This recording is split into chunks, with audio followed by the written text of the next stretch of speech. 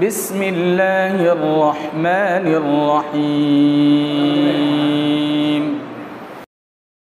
الحمد للہ نحمده ونستعینه ونستغفره ونؤمن به ونتوکل علیہ ونعوذ باللہ من شرور انفسنا ومن سیئات اعمالنا من يهده الله فلا مضل له ومن يضلله فلا هادي له ونشهد أن لا إله إلا الله وحده لا شريك له ونشهد أن سيدنا ومولانا محمدا عبده ورسوله أرسله بالحق بشيرا ونذيرا وصلى الله تعالى على خير خلقه سيدنا محمد وآله وسلم تسليما كثيرا كثيرا أما بعد أعوذ بالله من الشيطان الرجيم بسم الله الرحمن الرحيم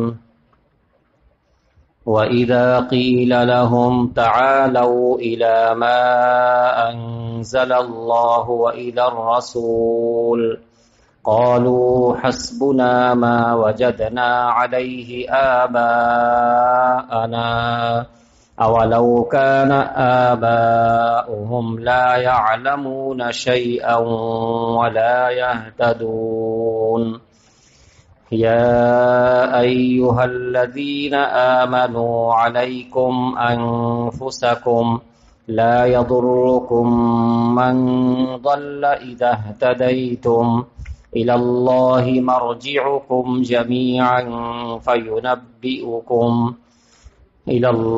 مرجعكم جميعا فينبئكم بما كنتم تعملون صدق اللہ العظیم.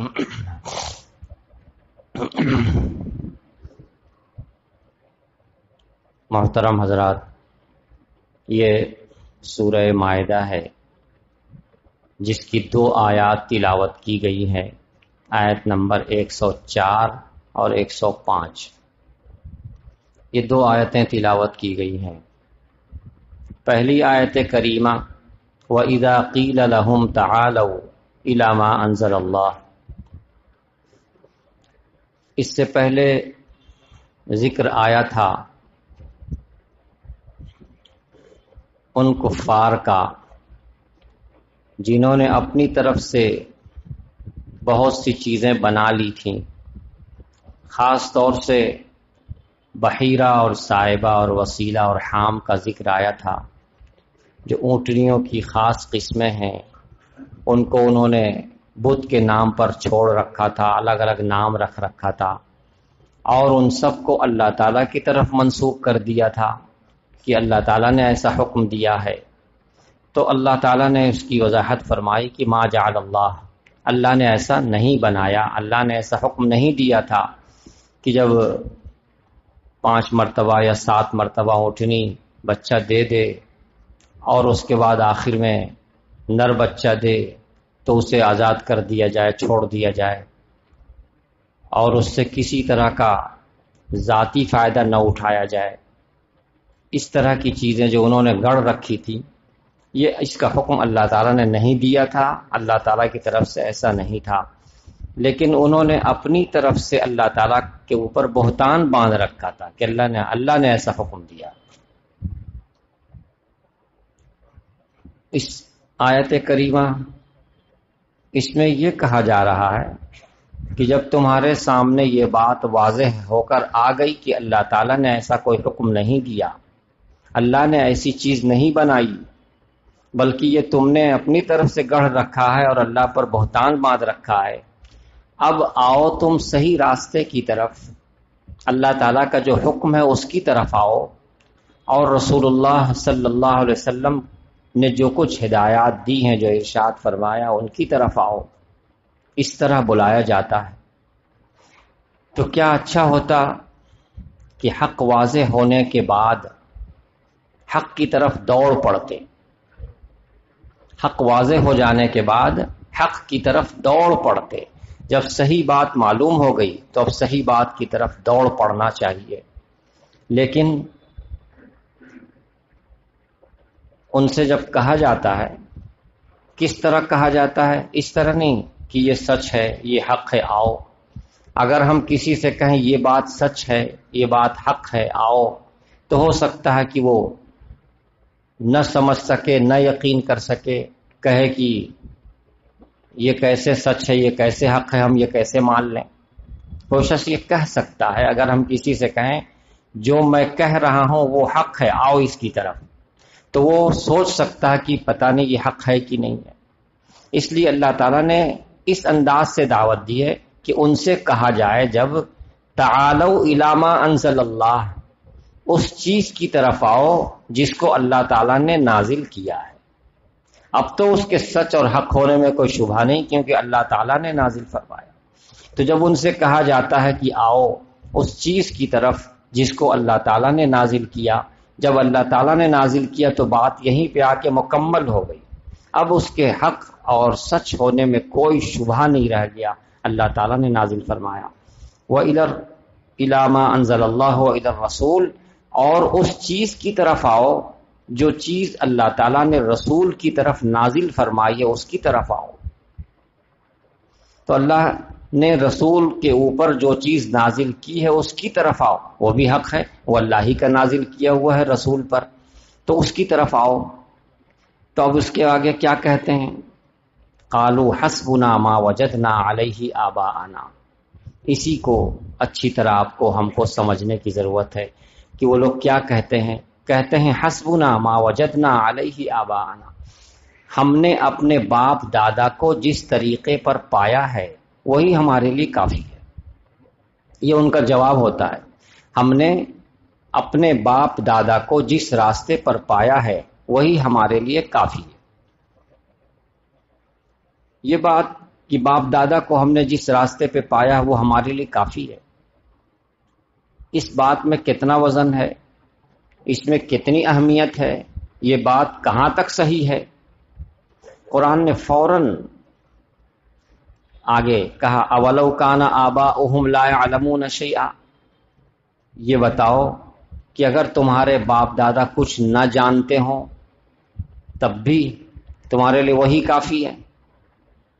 اگر تمہارے باپ دادا ہدایت پر نہ رہے ہوں، غلط راستے پہ جمے ہوئے ہوں، غلط بات پر جمے ہوئے ہوں، غلط طریقہ اپنائے ہوئے ہوں، تب بھی تم اسی پہ جمے رہو گے، تب بھی وہی تمہارے لیے کافی ہے۔ ایک سوال کر دیا اللہ تعالیٰ نے، سوال کر کے آیت پوری کر دی، چونکہ اس کا جواب بالکل واضح ہے، بالکل واضح ہے کہ اگر وہ کچھ نہ جانتے ہوں تب ہم اس کے طریقے پہ کیسے رہیں گے، اگر وہ ہدایت پر نہ رہے ہوں، حق پر نہ رہے ہوں، تو ہم ان کے طریقے پہ کیسے رہیں گے۔ اس آیت میں بہت ہی زیادہ غور کرنے کی ضرورت کہ یہ ہر شخص کو یہ دعوت دے رہی ہے یہ آیت کہ تم جس طریقے پہ چل رہے ہو اس طریقے پہ غور کرو کہ وہ اللہ تعالیٰ کی طرف سے نازل کیا ہوا ہے یا نہیں، رسول اکرم صلی اللہ علیہ وسلم کی بتائی ہوئی باتیں وہ ہیں کہ نہیں۔ اگر وہ پرانے زمانے کے رسم و رواج میں سے ہے، لوگ کرتے آ رہے تھے اس لیے ہم کر رہے ہیں، تو یہ بات تو کافی نہیں ہے۔ اس اولو کان آباؤہم میں قرآن نے یہ واضح کیا کہ ان کفار کے پاس اپنے رسم و رواج پر جمے رہنے کے لیے کوئی دلیل نہیں ہے۔ اپنے رسم و رواج جس کو وہ اپنائے ہوئے ہیں اس کے لیے ان کے پاس کوئی دلیل نہیں ہے۔ اگر کوئی دلیل ہے تو بس یہ ہے کہ ہم نے اپنے باپ دادا کو اس پر پایا ہے، ہمارے باپ دادا یہ کرتے آئے ہیں، بس یہی سب سے بڑی دلیل ان کے پاس ہے، اس کے علاوہ کوئی دلیل نہیں ہے۔ اور اس دلیل میں کتنا وزن ہے اس کو دیکھ لیجئے۔ اس کو اللہ تعالیٰ نے فرما دیا کہ اگر تمہارے باپ دادا کچھ نہ جانتے ہوں، ان کے علم میں نہ ہو صحیح بات، وہ ہدایت پر نہ ہو تو اس سے پتہ چلا کہ صرف باپ دادا کا طریقہ ہے لہذا اس کو اپنا لینا چاہیے، یہ صحیح نہیں ہے۔ اگر علم والے ہیں، ہدایت پر ہیں، حق پر ہیں، تب تو بے شک ان کی بات مانی جائے گی، ان کے طریقے پہ چلا جائے گا، لیکن ان کے طریقے پہ چلنا باپ دادا ہونے کی وجہ سے نہیں ہوگا، بلکہ اس لیے کہ وہ علم والے تھے اور اس لیے کہ وہ حق پر تھے۔ گویا یہ ہے کہ اگر کسی کی بات پر چلنا ہے تو یہ دیکھنا ہوگا کہ وہ بات اللہ اور رسول کے مطابق ہے کہ نہیں۔ تو ہمارے لیے معیار اللہ اور رسول کے احکام ہیں، اللہ اور رسول کی ہدایات ہیں، یہ معیار ہے۔ کوئی فرد بشر، کوئی شخص سے متعین معیار نہیں ہے، کوئی شخص سے متعین۔ حضرات صحابہ کرام بحیثیت جماعت، صحابہ کرام ایک جماعت تھی، صحابہ کرام بحیثیت جماعت محفوظ ہیں، گمراہی سے، غلطی سے، خطا سے معصوم ہیں، بحیثیت جماعت وہ ہمارے لیے معیار حق ہیں۔ اور عام انسان، کوئی بھی شخص اگر وہ رسول اکرم صلی اللہ علیہ وسلم کی ہدایات اور تعلیمات کے مطابق چل رہا ہے تو بے شک ہم کو ان سے سیکھنا چاہیے، سمجھنا چاہیے، اور اگر وہ اس پر نہیں ہے تو وہ بظاہر چاہے کتنی ہی عبادت کرتا ہو اور بظاہر دنیا کے لوگوں کی نظر میں چاہے کتنا ہی بڑا شخص ہو، اگر وہ قرآن اور حدیث کے مطابق اس کے پاس نہیں ہے تو وہ ہمارے لیے قابل تقلید نہیں ہے۔ اس کا معیار اس میں بتا دیا گیا کہ باپ ہے لہذا اس کی تقلید کی جائے گی، دادا ہے اس لیے تقلید کی جائے گی، یا کسی اور اعتبار سے بڑے ہیں اس لیے تقلید کی جائے گی، ایسا نہیں ہے، بلکہ ان کا اتباع کب کیا جائے گا؟ جب ان کے پاس علم صحیح ہو، جب ان کے پاس حق ہو۔ حق ہے تو ٹھیک ہے، حق نہیں ہے تو پھر اس کا اتباع نہیں کیا جائے گا۔ حضرت ابراہیم علی نبینا وعلیہ الصلاۃ والسلام کے ابا جان، حضرت ابراہیم علیہ الصلاۃ والسلام نے اپنے ابا جان کو دعوت دی۔ دیکھیے بیٹے ہیں، باپ کو دعوت دے رہے ہیں اور سمجھا رہے ہیں، یا ابتی انی قد جاءنی من العلم، اے میرے ابا جان میرے پاس علم آیا ہے، اور وہ علم آیا ہے ما لم یأتک، جو آپ کے پاس نہیں آیا، فاتبعنی، لہذا آپ میرا اتباع کیجیے۔ یہ قرآن کی آیت ہم پڑھ کر آپ کو ترجمہ سنا رہے ہیں۔ یہ حضرت ابراہیم علیہ الصلوۃ والسلام فرما رہے ہیں اپنے ابا جان سے، یا ابتی انی قد جاءنی من العلم، اے میرے ابا جان میرے پاس علم آیا ہے۔ کون سا علم آیا ہے؟ ما لم یأتک، جو آپ کے پاس نہیں آیا، یعنی اللہ تعالیٰ کی طرف سے میرے پاس شریعت کا علم آیا ہے، توحید کا علم آیا ہے، ایمان کا علم آیا ہے۔ یہ علم آپ کے پاس نہیں آیا ہے، میرے پاس آیا ہے، لہٰذا آپ میرا اتباع کیجیے۔ باپ ہونے کے باوجود باپ کو حکم دیا جا رہا کہ بیٹے کا اتباع کرے، کیوں؟ اس لیے کہ بیٹے کے پاس علم شریعت ہے، بیٹے کے پاس حق بات ہے۔ تو یہاں پر باپ اور بیٹے کا مسئلہ نہیں ہے کہ بیٹا باپ کی بات مان کر چلتا رہے اس معاملے میں، بلکہ اس معاملے میں یہ ہے کہ جو صحیح بات جس کے پاس ہے، علم جس کے پاس ہے، حق جس کے پاس ہے، علم شریع، علم سے مراد علم شریعت، دین حق جس کے پاس ہے، اس کا اتباع کیا جائے گا، اس کی پیروی کی جائے گی، اس کے علاوہ چھوڑ کر کے نہیں کی جائے گی۔ یہ بات ہمارے اس زمانے میں بھی دلوں میں راسخ ہو چکی ہے۔ لوگ بہت سی چیزوں کو اپنائے ہوئے ہیں، شریعت کی بات ان کے سامنے آتی ہے تو شریعت کی بات قبول کرنا ان کے لیے مشکل ہو جاتا ہے، بلکہ اگر کہا جائے تو ہضم کرنا مشکل ہو جاتا ہے۔ بس صرف یہ کہ باپ دادا کرتے آئے ہیں، باپ دادا کی چیز کو کیسے چھوڑ دیں، باپ دادا کی چیز کو کیسے چھوڑ دیں۔ قرآن ہمیں اصول بتا رہا ہے، طریقہ بتا رہا ہے کہ اگر وہ حق پر ہیں تو بے شک تم اس طریقے کو اپناؤ، اگر ان کے پاس علم ہے اور علم کی روشنی میں وہ کام کر رہے ہیں تو تم اس کو اپناؤ، اور اگر ان کے پاس علم نہیں ہے تو پھر تمہارا یہ کہنا کہ باپ دادا کرتے آئے ہیں لہذا ہم بھی کرتے رہیں گے، یہ گمراہی کی بات ہے، یہ ہدایت کی بات نہیں ہے، گمراہی کی بات ہے۔ تو میرے بزرگوں اور دوستوں، ہم لوگ اپنی زندگی میں معاشرے کے اندر بہت سا ایسا کام کرتے رہتے ہیں جن کاموں کی بنیاد قرآن اور حدیث پر نہیں ہوتی ہے، ان کاموں کی بنیاد بس یہ ہے کہ لوگ کرتے چلے آ رہے ہیں، لوگ کرتے چلے آ رہے ہیں، اور لوگ تحقیق بھی نہیں کر رہے ہیں کہ یہ جو ہوتا آ رہا ہے مجھے یہ کرنا چاہیے کہ نہیں۔ تو اب یہ ذہن بنائیں کہ جو ہوتا آ رہا ہے یا ہمارے گھر میں ہمارے بڑے پہلے سے کرتے آ رہے ہیں، اس کی تحقیق کریں کہ ایسا کرنا صحیح ہے کہ نہیں، ایسا کرنا شریعت کے مطابق ہے کہ نہیں۔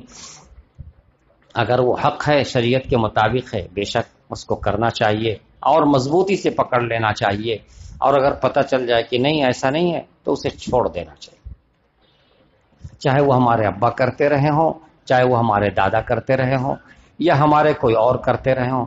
یہاں تک کہ ہمارے بزرگوں نے، مفسرین نے یہاں تک بات لکھی ہے کہ اگر کسی کو دین کے اعتبار سے کسی نے پیر بنا لیا کہ ہمارے پیر ہیں، یاد رکھیے ہر پیر حق پر نہیں ہوتا ہے، کچھ جاہل پیر بھی ہوتے ہیں، کچھ شہوت پرست پیر بھی ہوتے ہیں، کچھ مال پرست پیر بھی ہوتے ہیں۔ تو اگر لوگ یہ کہتے کہ پیر صاحب نے کہہ دیا ہے لہٰذا ہم اس کے خلاف نہیں کریں گے، ان کے سامنے شریعت کی بات پیش کی جائے اور وہ شریعت کے مقابلے میں اپنے جاہل پیر کی کوئی بات پیش کرے تو یہ بھی اس کا پیش کرنا غلط ہے، اس کو تو شریعت کو ماننا ہے۔ تو باپ دادا میں یہ بات بھی شامل ہے کہ باپ دادا اگر غلطی پر ہیں تو اس کو چھوڑا جائے گا، اگر کوئی پیر غلطی پر ہے تو اس کی بات بھی چھوڑ دی جائے گی، اس کو نہیں اپنایا جائے گا، شریعت کی بات کو اپنایا جائے گا۔ یہ بہت ہی اہم موضوع ہے اور بہت ہی اہم چیز ہے، اس کو سمجھنے کی کوشش کرنا چاہیے۔ لوگ تو بہت جلدی ایک طرف ڈھل جاتے ہیں، اور اس زمانے میں خاص طور سے شیطان کچھ شعبدے بازی دکھلا دیتا ہے، کچھ ظاہری چیزیں دکھلا دیتا ہے، ظاہری چیزوں کو دیکھ کر کے انسان متاثر ہو جاتا ہے، لیکن اگر آپ کے پاس علم صحیح ہوگا تو آپ نہیں گھبرائیے گا، آپ نہیں متاثر ہوئیے گا۔ شاید ہم نے کبھی سنایا ہو، یاد آ گیا ابھی، حضرت اورنگزیب عالمگیر رحمۃ اللہ علیہ بہت بڑے عالم تھے، بہت بڑے عالم تھے۔ انہوں نے اپنی مجلس میں ہزاروں علماء کو جمع کر لیا تھا، اور یہ حکم تھا ان کی طرف سے کہ مسائل کی بہت ضرورت پڑتی ہے لوگوں کو، تو مسائل پر کتاب لکھی جائے ایسی جس سے لوگ فائدہ اٹھائیں۔ چنانچہ حضرات علماء کرام اکٹھا ہوتے اور مسائل لکھتے، جتنی پرانی کتابیں ان کتابوں میں سے نکال کر کے، سارے مسائل ایک کتاب میں تو نہیں مل جاتے، تو بہت ساری کتابیں بھی اکٹھا کر لی جاتی اور بہت سارے علماء بھی اکٹھے ہو جاتے، اور تمام 100 اور اس سے زیادہ کتابوں سے مسائل نکال کر ایک کتاب میں جمع کرنے۔ شام کو عصر کے بعد حضرت اورنگزیب عالمگیر رحمۃ اللہ علیہ خود بیٹھتے اس مجلس میں، آپ بھی بڑے عالم تھے، ان تمام مسائل کو سنتے اور سب مل کے جس پر متفق ہوتے اس کو کتاب میں لکھ لیا جاتا۔ اسی کتاب کو آج ہم لوگ فتاوی عالمگیری کہتے ہیں۔ فتاوی عالمگیری یہ فقہ اور فتاوی کی بہت بڑی اور بہت ہی مستند کتاب ہے، اس کو فتاوی ہندیہ بھی کہا جاتا ہے۔ تو حضرت اورنگزیب عالمگیر رحمۃ اللہ علیہ عصر کے بعد بیٹھتے، مغرب تک یہ سلسلہ چلتا، پھر مغرب کی جماعت ہوتی، دریا کے کنارے یہ مجلس جمتی، اور پھر اس کے بعد لوگ اپنے اپنے کام پہ چلے جاتے۔ تو ایک دن یہ مجلس چلی، مغرب کی جماعت ہوئی، جماعت سے فارغ ہونے کے بعد دیکھا آپ نے کہ ایک بزرگ صاحب بیٹھے ہوئے ہیں اور تسبیح پڑھ رہے ہیں، تسبیح پڑھ رہے ہیں، جماعت میں شامل نہیں ہوئے، وہ تسبیح ہی پڑھتے رہے۔ حضرت اورنگزیب عالمگیر رحمۃ اللہ علیہ نے نماز کے بعد اس بزرگ سے پوچھا کہ آپ نے جماعت میں شرکت نہیں کی؟ یہاں جماعت ہوئی مغرب کی، سارے لوگ جماعت میں شریک ہوئے، آپ اپنی تسبیح میں مصروف رہے، جماعت میں شریک نہیں ہوئے۔ تو بزرگ صاحب نے کوئی جواب نہیں دیا، زبان سے کوئی جواب نہیں دی، اپنی تسبیح دریا میں ڈال دی، اور مچھلیوں سے کہا مچھلیوں میری تسبیح لے آؤ۔ بس ساری مچھلیاں جو ہیں، جو تسبیح کے دانے ہوتے ہیں، وہ ساری مچھلیاں لے کر کے نکل آئی پانی کے اوپر۔ اب ہم جیسے لوگ وہ جلدی متاثر ہوئے، بہت بڑے بزرگ، مگر حضرت اورنگزیب عالمگیر رحمۃ اللہ علیہ کے پاس علم تھا. علم بہت بڑی دولت ہے، ان کے پاس علم تھا، ان پر ان سب چیزوں کا کوئی اثر پڑنے والا نہیں. اور جو بھی سچا پکا عالم ہوتا ہے، عالم پر اس طرح کی چیزوں کا کوئی اثر نہیں پڑتا ہے، کوئی اثر نہیں پڑتا. چنانچہ انہوں نے کہا کہ آپ نے یہ کرامت تو دکھا دی، بہت بڑی کرامت دکھا دی، میں ایک دوسری کرامت دیکھنا چاہتا ہوں. آپ نے یہ کرامت دکھا دی، میں دوسری کرامت دیکھنا چاہتا ہوں. وہ کرامت آپ دکھائیں تب میں آپ کو مان جاؤں گا. وہ کرامت کیا ہے؟ آپ نے اپنے جلاد سے حکم دیا ان کو کوڑے لگاؤ، اس شخص کو کوڑے لگاؤ، اور اس سے کہا تم کوڑے رکوا دو، اپنی کرامت سے میں تمہیں مان لوں گا. وہ کوڑے لگانا شروع کیا، اور حضرت اورنگزیب عالمگیر رحمۃ اللہ علیہ یہی کہتے رہے یہ کرامت میں دیکھنا چاہتا ہوں، اپنی یہ کوڑے رکوا دو، یہ کوڑے رکوا دو. وہ کوڑا کھاتا رہا، معافی مانگنا شروع کیا، غلطی ہوئی معاف کیجیے، میں اب سے جماعت میں شامل ہوں گا. جماعت میں شامل ہوں. جماعت شریعت کا حکم ہے، جماعت شریعت کا حکم ہے. ہمارے سامنے جماعت ہو رہی ہو اور ہم بیٹھے تسبیح پڑھ رہے ہوں، اس سے بڑی کوئی جہالت نہیں. یہ شریعت کا مقابلہ ہے، یہ رسول اکرم صلی اللہ علیہ وسلم کو تکلیف دینا ہے. یہاں تک کہ جماعت شروع ہو جائے تو جو سنت موقدہ ہے ظہر میں پڑھی جاتی ہے اس کو بھی کہا جاتا ہے کہ چھوڑ دیجئے، نماز کے بعد اس کو پڑھ لیجئے. تو جماعت یہ اب بیٹھے تو ہم لوگ جلدی، عام لوگ جلدی کسی چیز سے متاثر ہو جاتے ہیں. ان سب چیز شریعت کو سب سے پہلے، سب سے اہم مسئلہ شریعت کا ہے. شریعت کی طاقت کو دیکھیں، شریعت کیا کہتی ہے. اس کی طرف جو شخص اس پہ جم جائے گا اس کے سامنے شریعت کے مقابلے کی جتنی چیزیں سب ہیچ نظر آئیں، سب کی سب ہیچ نظر آئیں گی. اور جس کے سامنے شریعت کی طاقت نہیں ہے وہ پتہ نہیں کس کس چیز کو اپنا لیتا ہے، کبھی اس کو اپنا لیتا، کبھی اس کو اپنا لیتا، کبھی اس کو اپنا لیتا. ایک مرید نے اپنے پیر کی خدمت میں حاضر ہو کر عرض کیا حضرت میں نے ایک خواب دیکھا ہے. مرید کہتا اپنے پیر سے حضرت میں نے ایک خواب دیکھا ہے. کہ کیا خواب دیکھے؟ کہ خواب یہ دیکھ رہا ہوں کہ آپ کی انگلی میں شہد لگی ہوئی اور میری انگلی میں پخانہ لگا ہوا. تو پیر صاحب نے کہا تم ایسے ہے ہی، تمہاری انگلی میں پخانہ ہی لگے گا تو اور کیا لگے گا. تو مرید نے کہا حضرت خواب ابھی پورا نہیں ہوا، خواب پورا سن لیے. کہاں سناؤ آگے؟ کہا آگے یہ ہے کہ آپ کی انگلی میں چاٹ رہا ہوں، میری انگلی آپ چاٹ رہے ہیں.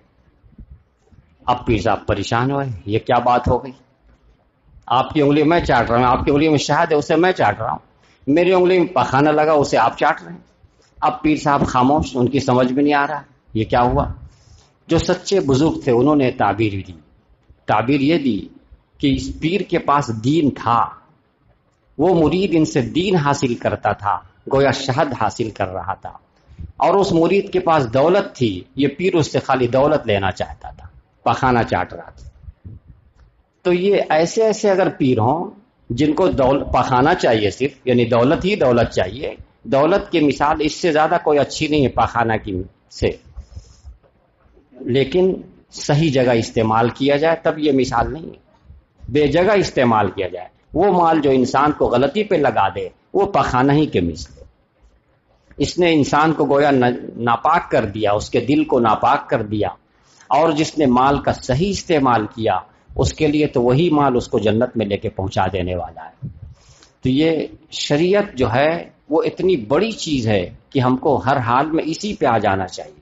اپنے ہر معاملے میں، مال کا معاملہ ہو، پڑوس کے ساتھ سلوک کرنے کا معاملہ ہو، اپنے باپ دادا کے ساتھ سلوک کا معاملہ ہو، یہ آیت بہت ہی زبردست طریقے سے ہمیں دعوت دیتی ہے کہ جو لوگ یہ کہتے ہیں حسبنا ما وجدنا علیہ آباءنا، ہمارے باپ دادا نے جو کیا ہم جس پر پائے وہی کافی ہے، بالکل غلط بات ہے. وہ کافی نہیں ہے، بلکہ یہ دیکھو کہ علم حق کہاں ہے، علم شریعت کہاں ہے، دین حق کہاں ہے، اس کی طرف آؤ.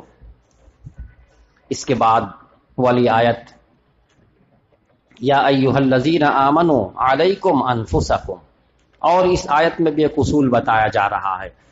تو اس اصول کی بھی بہت ہی زیادہ اپنانے کی ضرورت ہے. کچھ لوگ شروع میں رسول اکرم صلی اللہ علیہ وسلم کی تبلیغ سے، تعلیم سے، محنت سے ایمان لاتے، ایمان لانے کے بعد ایمان پہ جم جاتے، ایمان کی چاشنی ان کو مل جاتی، اس کی لذت ان کو مل جاتی، تو اسی پہ جم جاتے.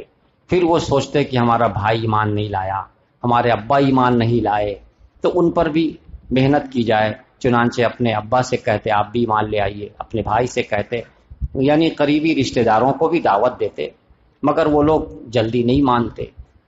کبھی کبھی تو ایسا ہوتا کہ دوست لوگ ان کے جو ہے وہ کہتے ہیں تم اپنا دل بدل لیا، تمہارے باپ دادا کیا بیوقوف تھے، تمہارے ابا تو ابھی موجود ہیں، کیا وہ ناسمجھ ہیں، بیوقوف ہیں، تم ایمان لے آئے. ایمان لے آئے کا لفظ تو لوگ نہیں بولتے تھے، وہ لوگ تم نے اپنا دین بدل لیا، تم دوسرے دین پہ چلے گئے، تمہارے باپ دادا تمہارے ابا کیا ناسمجھ ہیں، بیوقوف ہیں. تو یہ لوگ پریشان ہوتے تھے اور کوشش کرتے تھے کہ ابا بھی لے آئیں، بھائی بھی لے آئیں، فلاں بھی لے آئیں، کوشش کرتے تھے.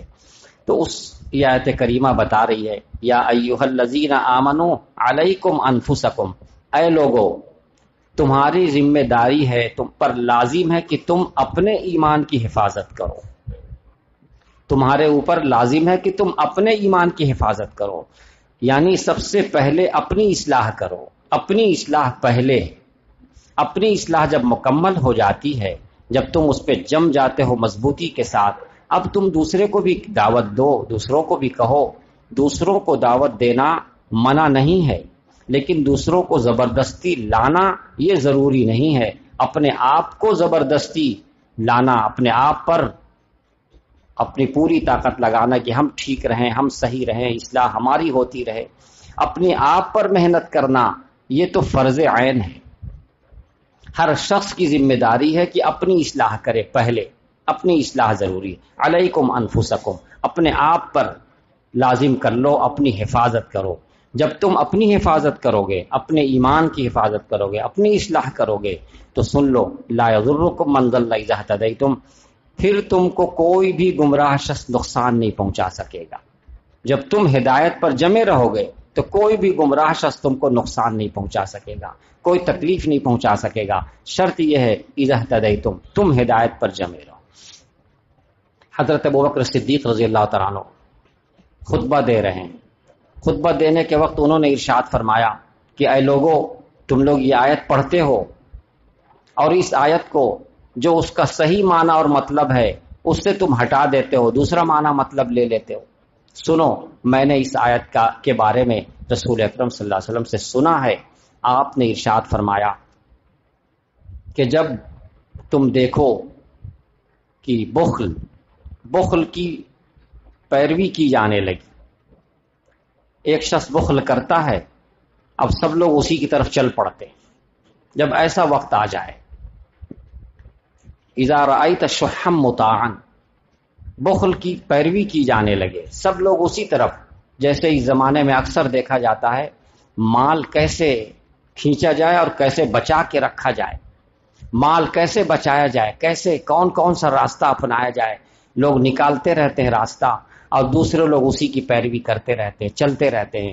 تو اتنے پہلے آپ صلی اللہ علیہ وسلم نے فرما دیا تھا اذا رأیت شحا مطاعا، جب تم دیکھو کہ بخل اور مال کو جمع کر رکھنے کی پیروی کی جانے لگے، سب لوگ وہی کرنے لگ جائیں، سب کا ذہن وہی بن جائے، اور وہوم متبعن، اور جب تم دیکھو کہ دنیا کی خواہشات کی اطاعت کی جا رہی، خواہشات، سارے لوگ خواہشات ہی کے پیچھے چل رہے ہیں، خواہشات کو اپنا امام بنا لیا، اسی کے پیچھے چل رہے ہیں.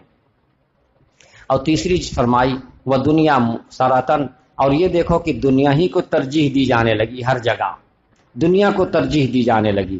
یہ تین باتیں آپ نے ارشاد فرمائی ہیں. آگے ایک بات اور ہے چوتھی، ابھی اس تین کو آپ اس پر توجہ دیجیے گا.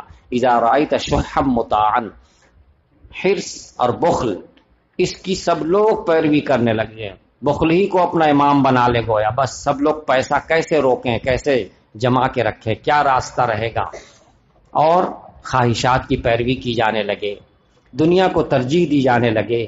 وہ اعجاب کل ذی رأی برأیہ، اور ہر رائے دینے والا اپنی رائے کو سب سے بہتر سمجھنے لگے، ہر رائے دینے والا اپنی رائے کو بہتر سمجھنے لگے. آج کا دور واقعی ہم کو تو حیرت ہوتی ہے کہ 1450 برس رسول اکرم صلی اللہ علیہ وسلم نے اتنے پہلے جو بات ارشاد فرمائی، آج مکمل یہ چیز دکھائی دے رہی ہے. اور جو چاہے دیکھ لے، ہر شخص دیکھ لے، ہر رائے دینے والا سمجھتا میری رائے بہت اچھی ہے، وہ چاہے دنیاوی معاملہ ہو کوئی بھی معاملہ ہو، وہ سب میں سمجھتا میری سب سے بہتر رائے ہے، اور اسی وجہ سے لڑائی ہوتی ہے، جھگڑے ہوتے ہیں اور کیا کیا ہوتے ہیں۔ یہ 4 باتیں جو بتائی گئی ہیں، یہ 4 باتیں بہت ہی عجیب ہیں جو اس زمانے میں عام ہو گئی ہیں۔ تو جب اس طرح کے حالات پیدا ہو جائیں اس وقت کے بارے میں انہوں نے فرمایا، حضرت ابوبکر رضی اللہ تعالیٰ عنہ جن کے بارے میں ہم بتانا چاہ رہے تھے، انہوں نے خطبہ میں یہ ارشاد فرمایا کہ میں نے رسول اکرم صلی اللہ علیہ وسلم سے سنا ہے کہ جب لوگ برائی دیکھیں اور دیکھنے کے بعد اس کو روکنے کی قدرت رکھتے ہوں، اس کے باوجود اس کو نہ روکیں، تو پھر ڈر ہے کہ اللہ تعالیٰ کا عذاب سب پر آ جائے، جو برائی کر رہے ہیں وہ بھی اور جو نہیں کر رہے وہ بھی، سب پر ایک عام عذاب آ جائے جو سب کو گھیر لے۔ تو اس سے پتہ چلا کہ برائی کو روکنا ضروری ہے، برائی کو روکنا ضروری ہے۔ تو اس آیت کا یہ مطلب کوئی شخص لے لے کہ تم کو صرف اپنی اصلاح کرنا ہے، کسی اور کی فکر نہیں کرنا ہے، یہ غلط مطلب ہوگا۔ کیوں غلط مطلب ہوگا؟ اس لیے کہ دوسروں کو برائی سے روکنا بھی ہماری ذمہ داری۔ برائی دیکھتے رہیں اور خاموش رہیں تو پھر عذاب اترے گا، تو اس عذاب میں سب لوگ گھر جائیں گے۔ اس لیے اس آیت کا مطلب کیا ہوگا؟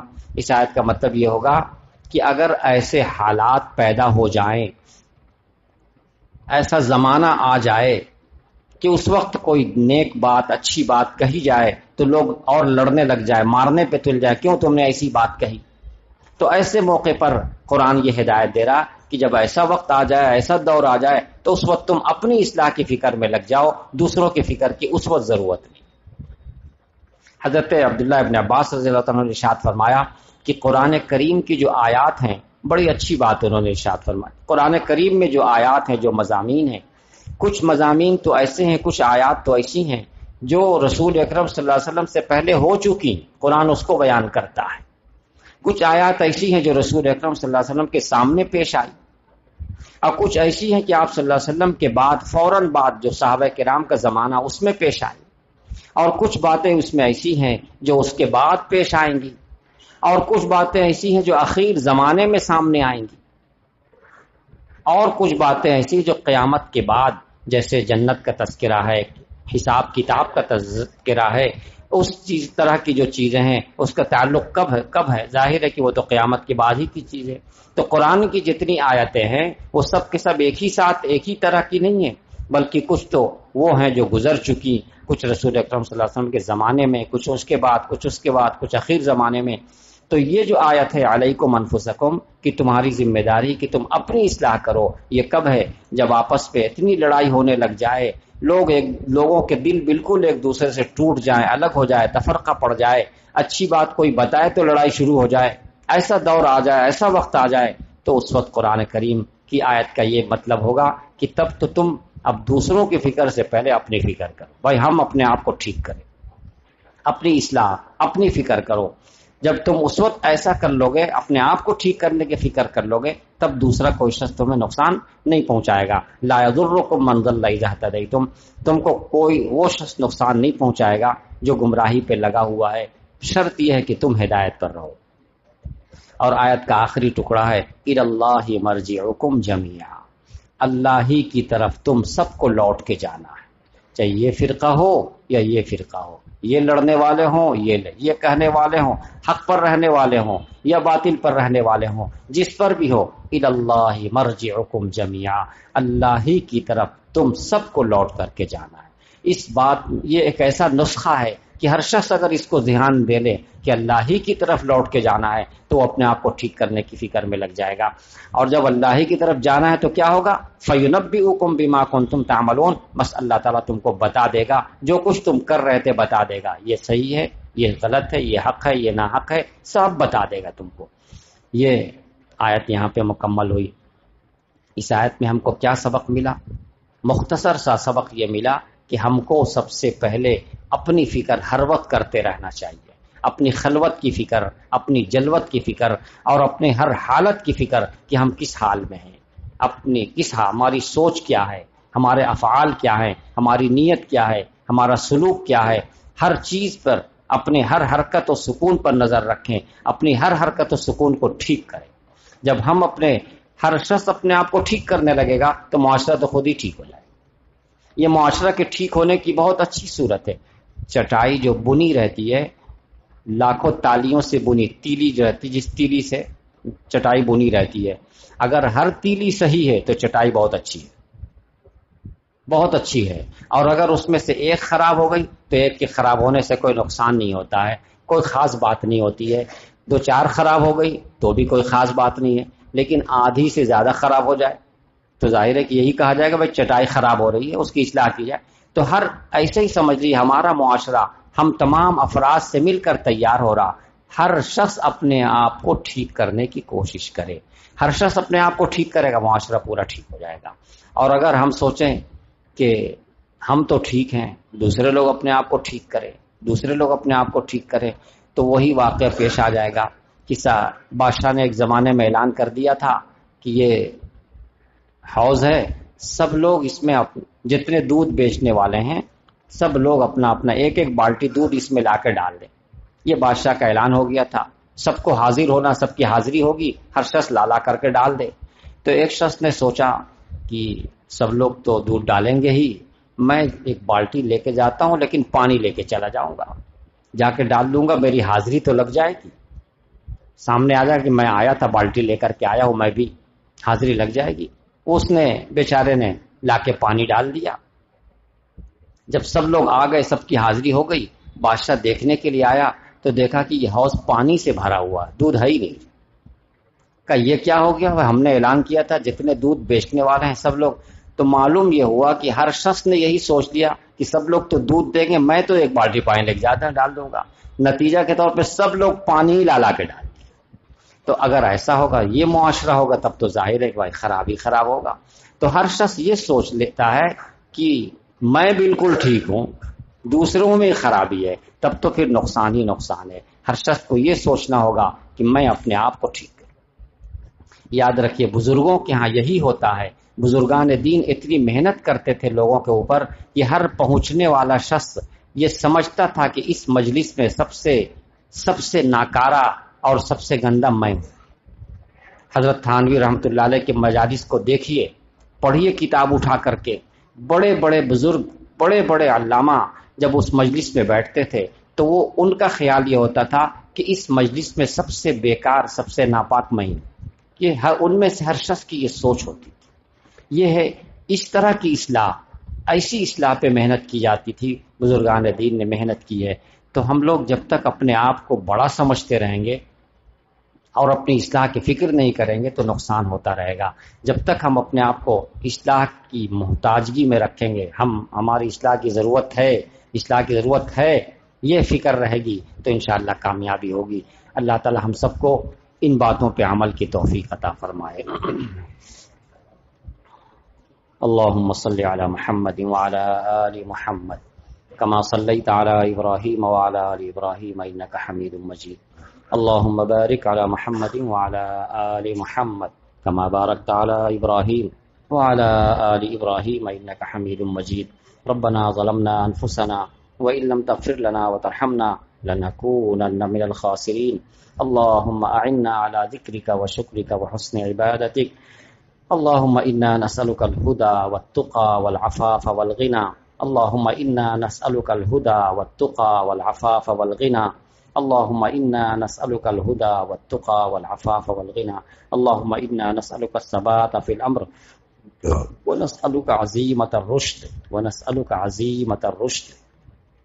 یا اللہ یا ارحم الراحمین، ہم سب کے گناہوں کو معاف فرما دیجیے، ہم سب کی کوتاہیوں سے درگزر فرما دیجیے، ہماری پریشانیوں کو دور فرما دیجیے، ہماری پریشانیوں کو دور فرما دیجیے، ہم میں جو بیمار ہے انہیں شفاء کلی عطا فرما دیجیے، دل کی بیماریوں کو دور فرما دیجیے، دل کی باطنی بیماریوں کو دور فرما دیجیے، ظاہری بیماریوں کو دور فرما دیجیے۔ یا اللہ یا ارحم الراحمین، ہم ہر طرح سے بیمار ہیں، ہمارا جسم بیمار ہے، ہمارا دل بیمار ہے، ہمارا دماغ بیمار ہے، یا اللہ ہماری سوچ بھی بیمار ہے، ہمارے اعمال و افعال و حرکات و سکنات سبھی بیمار ہے۔ یا اللہ سب کو شفاء کلی عطا فرما دیجیے، سب کو صحت مند بنا دیجیے۔